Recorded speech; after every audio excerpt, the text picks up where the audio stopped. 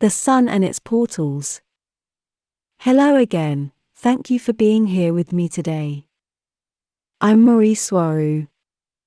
The Sun is by far the most influential star for Earth and the rest of the entire solar system, influential in every possible way. Energetically speaking, the Sun imposes its frequency upon the rest of the solar system's objects, especially over its planets, because of the principle of dominant frequency. The principle of dominant frequency dictates that the strongest will impose its frequency vibration, harmonics and all, upon lesser ones, making them become more of the same. Even when under a dominant frequency, if there is enough specific strength, or another source that constantly feeds the object, or person, it can conserve its core frequency, although it will always have the interference and the influence of the stronger one. If an object does not have a cause, or a source of its own frequency to constantly feed it, it will become equal to the dominant one. So, what I'm saying is that whenever the Sun is transmitting a wave frequency, it will, and it does affect the Earth and all its inhabitants. The Sun is not a yellow star, it is white, and you only perceive it as yellow because of the filtering effect of the Earth's atmosphere. From space, the Sun is perceived to emit white light. The Sun is not a thermonuclear ball of fire as Earth science dictates. It is a high-energy electromagnetic plasma exit point, part of an elaborated energy dynamic pathway that links all stars. Like entangled neurons, what happens to the one will affect the others, and they are all connected from the side of the ether, or the spirit side, forming a frequency transit web linking them all. Where the suns are high-energy entry and exit points and black holes are entry points only, energetically speaking. Besides high-energy electromagnetic plasma at a very high frequency, the main component to it all is of course gravity, as a flow of consciousness. So the Sun is a highly concentrated point of consciousness, and a highly concentrated point of consciousness is a being, and I mean a sentient being. As the Sun is connected through the etheric side with all other suns, those affect its mood, as other people affect ours as well, because we are also energetically connected with everyone else through the etheric side. There is a group consciousness, where all sentient beings are interconnected and share the base print or mold from where variations to the same theme spawn out from, and those are the individual traits and characteristics that define each one of us as individuals.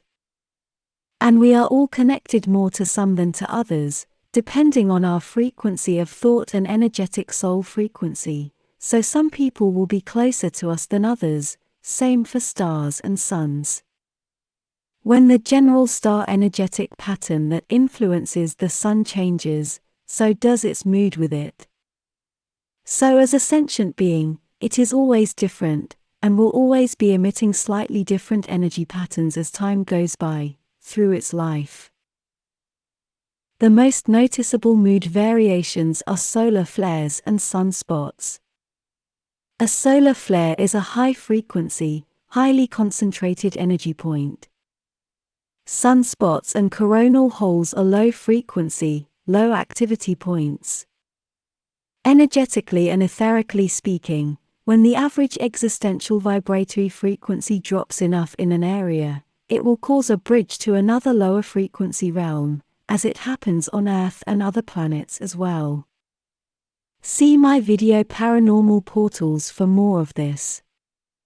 All suns are of a very high frequency, so a sunspot does not necessarily open a portal to lower astral realms. They are not known to do so from the Taygetan scientific point of view, because sunspots and coronal holes are a drop in vibration from a very high base frequency that would be the average vibratory frequency of the surface of a sun.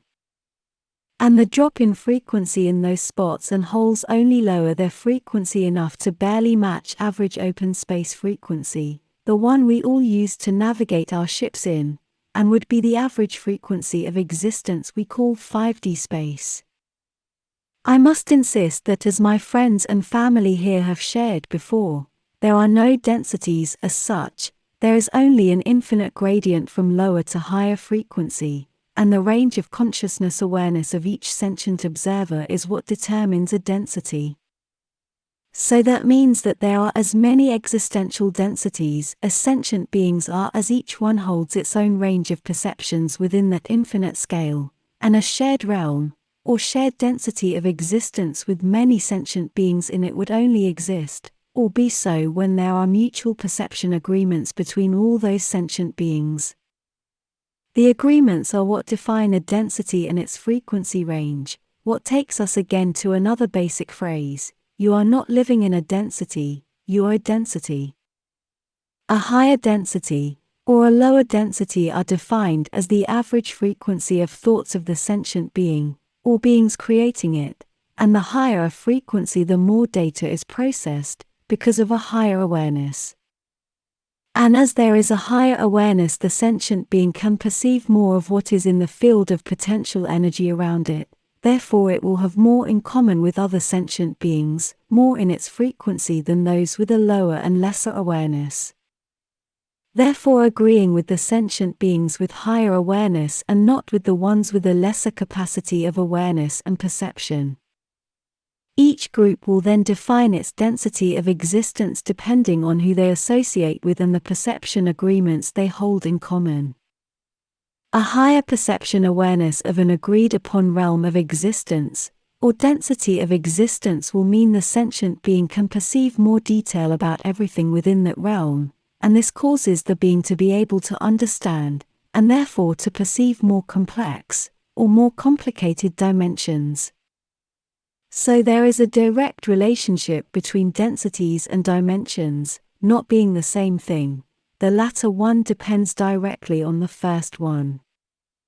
Coming back to suns, each sunspot and each coronal hole are then portals, and can be mapped and used by starships, creating with it a wormhole transit system, coming in and out of stars that countless stellar civilizations have been using for eons.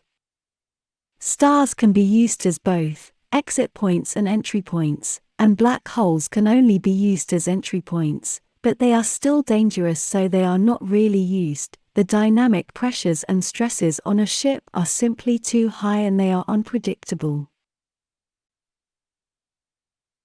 Remembering that all changes and frequency fluctuations of the Sun affect the Earth, we come to the most important point of today's video, and the reason why I felt this subject was important.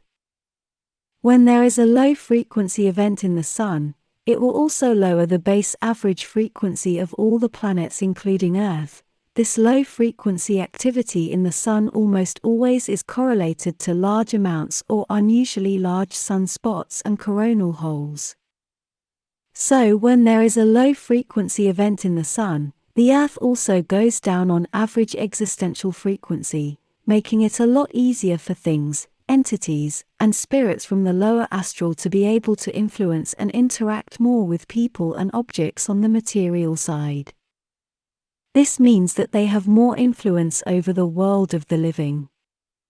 People in the know on Earth, including many in the Cabal, use this knowledge to do their hideous rituals, to bring their dark entities into the material world. There is a clear co-relationship between sunspot activity and the rituals of the Cabal that controls Earth, as well as sacrifices of blood and all paranormal activity. The Sun usually goes for 11-year cycles, and when there is a so-called solar maximum, the amount of sunspots increases dramatically, therefore lowering the frequency of the planet. Ironically, a solar maximum means a lower frequency output, and not higher frequency as would be expected, although some measurable frequency ranges can spike upwards as well. There is a clear co-relationship between solar maximum and sunspot activity and important or large historical events that changed or altered human civilization in one degree or another. These solar maximums don't only occur during the 11-year cycle, they do occur sporadically at any time, but they are not always easily detectable or reported to the greater public. I believe that at least some of those historical events were caused by the frequency and energy interaction between the astral and the physical, and were caused by lower astral entities being able to access the world of the living during those solar maximums. And those entities were helped by hideous rituals and sacrifices performed by cabal members who offer them to those lower astral entities in exchange for favors and power. I'm also convinced that the simple shift in energy frequency is enough to cause altering events, both for good and for bad. Examples of historical events occurring on, or near solar maximums are the American Revolution, from the year 1776 to 1787, solar maximum in the year 1778. Great October Revolution in Russia, solar maximum in the year 1917. Twin Towers, 9/11, solar maximum in the year 2001. These are only 3 examples of a very long list of events that can be linked to solar maximum and sunspot activity. Research this online and you will see the clear connection. Sunspots are portals, as simple as that, and they also cause, or facilitate other portals to open when in their range of influence. Because everything is connected, especially portals. And the Sun is now entering another solar maximum, right now in 2023. So take care out there and watch out for possible false flags. Thank you for being here with me today. With much love. Mari Swaruu.